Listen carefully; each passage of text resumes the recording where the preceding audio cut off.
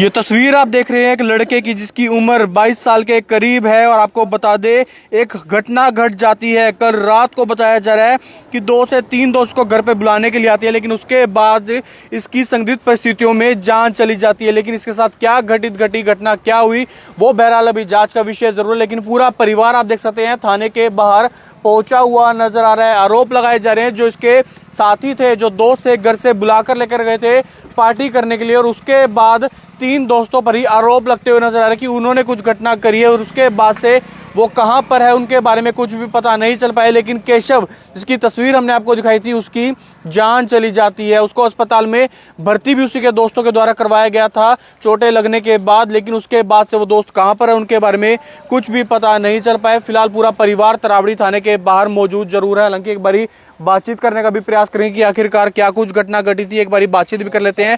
लेकिन आप देखिए कि किस तरीके से पूरा का पूरा परिवार कहीं ना कहीं थाने के बाहर खड़ा हुआ नजर जरूर आ रहा है, इंसाफ की गुहार लगाता हुआ नजर आ रहा है कि आखिरकार केशव के साथ क्या घटना घटी है वो परिवार को पता चलना चाहिए। और आखिरकार जो लड़के थे जिनके साथ वो पार्टी करने के लिए गया था उनके बारे में भी कुछ जानकारी नहीं लग पाई है, और वो कहां पर हैं वो बहरहाल अभी कहीं ना कहीं जांच का विषय जरूर है। लेकिन परिवार यहां पर फिलहाल मौजूद है। एक बारी बातचीत करने का प्रयास करते हैं कि आखिरकार क्या कुछ हुआ था। केशव के परिवार से यहाँ पर फिलहाल शख्स मौजूद है। क्या नाम है आपका? मेरा नाम राकेश है जी। आप क्या लगते हैं केशव? मैं केशव का जीजा लगता हूँ। तो क्या हुआ था पूरा विस्तार से कहिए, क्या पता चला? वो 2 लड़के थे उसके साथ जो लेके गए थे घर से। हमारे पास करीब 2:29 पे फ़ोन आया।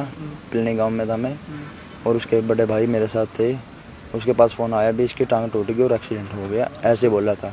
जिस टाइम हम वहाँ पहुँचे हॉस्पिटल 3:15 साढ़े 3 बजे के आसपास, तो वहाँ जाके देखा बिल्कुल डेड था। देखते ही हमें वो भाग गए। इसके ये सूचना मिलते ही भी डेड हो लिया। तो आपको क्या लगता है क्या हुआ? मर्डर है जी। तो ऐसा क्यों लगता है आपको? चोट बता रही है, बाइक है बिल्कुल फ्रेश है, एक जगह तो भी स्क्रैच नहीं है। हाँ जी। तो और वहाँ पे और एक टांग पे है सिर्फ। तो जो लड़के थे वो गांव की हैं? हाँ जी, गांव के हैं। तो उनको कहाँ पे हैं वो? फरार है रात के। तो कितने लड़के थे? और वहाँ से मौका पे 2 लड़के थे उस टाइम, बाकी क्या पता अभी कितने थे कितने नहीं। तो केशव कैसे मिला उनसे? क्या घर से बुला गए थे? हाँ, घर से बुला के लेके गए थे, ऐसी सूचना मिली। कितने बजे की? ये 7 साढ़े 7 बजे के आसपास। तो कुछ बताया क्यों ले गए थे क्या? नहीं, ऐसी कोई बात नहीं। हमें देख के जिस टाइम उनको पता लग गया नहीं बेटा तो उसी टाइम फरार हो गए। वो फोन भी बंद उसी टाइम पे। तो पहले कभी कोई लड़ाई झगड़ा इस तरीके की बात नहीं, ऐसा कुछ नहीं। कहाँ पे, कौन से हॉस्पिटल ले गए थे? इसको कल्पना चावला में। अच्छा, तो वहाँ पे इलाज के दौरान जान गई उसने? हाँ जी। नहीं, वहाँ पे डेड होके लेके गए हैं उसको। अच्छा, मतलब जब लेके गए तो वहाँ पे उसकी जान जा चुकी थी? जा चुकी थी उस टाइम। कौन कौन है केशव के परिवार में?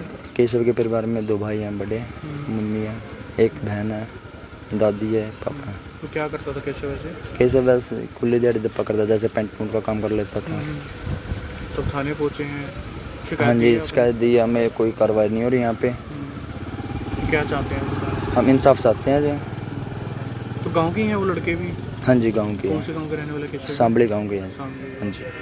तो बिल्कुल आप देख सकते हैं 20 से 22 साल उसकी उम्र बताई जा रही है केशव की। और घर से उसके कुछ दोस्त बुलाकर लेकर जाते हैं कि आजा पार्टी करेंगे, और उसके बाद कहीं ना कहीं 3-4 घंटे बीत जाते हैं। और उसके बाद अस्पताल से फ़ोन आता है कि आपके परिवार का सदस्य इस तरीके से यहाँ पर जख्मी हालत में पहुँचता है। और हालांकि वो मृत हालत में पहुँचता है वहाँ पर अस्पताल में। और उसके बाद आपको बता दें कि वो जो साथी हैं उनका ही कुछ भी पता नहीं चल पा रहा है, जो उनको अस्पताल लेकर गए थे, जिनके साथ वो केशव पार्टी करने के लिए गया था। आप भी परिवार से ही हैं जी? मैं इसके ताऊ का लड़का हूँ जी, बड़ा। तो क्या कुछ घटना घटी? यही है जी, मर्डर किया, मर्डर करके उसको अस्पताल में ले गए। अस्पताल में उसको मरे हुए को दाखिल करके फरार हो गए।